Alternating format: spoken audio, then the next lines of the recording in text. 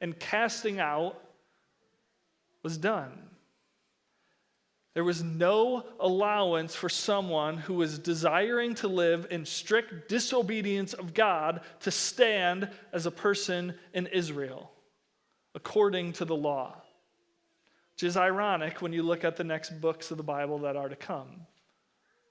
But that was the requirement of the law. If you blatantly said, no, God, I know that's your law, I'm going to choose to disobey it and have no desire to follow you, the punishment was death. If, however, you said, no, God, I desire to follow you, but I screwed up, then it was a sin offering that you would bring. All of chapter 4 speaks on this, and then chapter 5 has a couple of specific instances that sin offerings are required for in the beginning of it. And then this brings us to our final offering, the guilt offering. This is presented about halfway through chapter 5, and there's another name for it, the reparation offering. And maybe the word reparation fits it a little bit better. In my mind, it does than a guilt offering.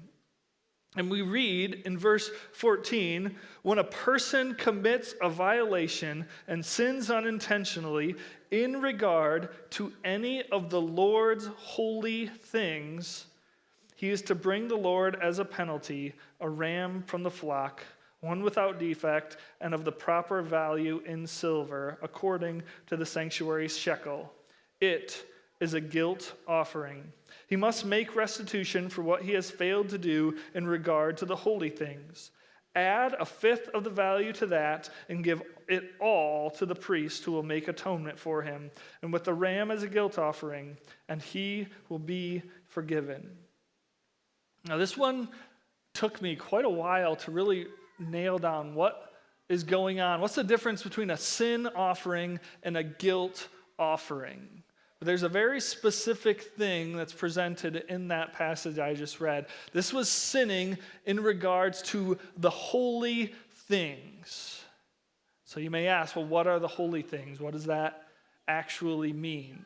Well, there's very specific rules in regards to what are defined as the holy things. And a couple of them are these. The first holy thing is the tithe. If you failed to bring the tithe, you were guilty of sin, and a guilt offering was required of you. The second would be the first fruits. You had the first fruits of your crops. Those were an offering to God. Those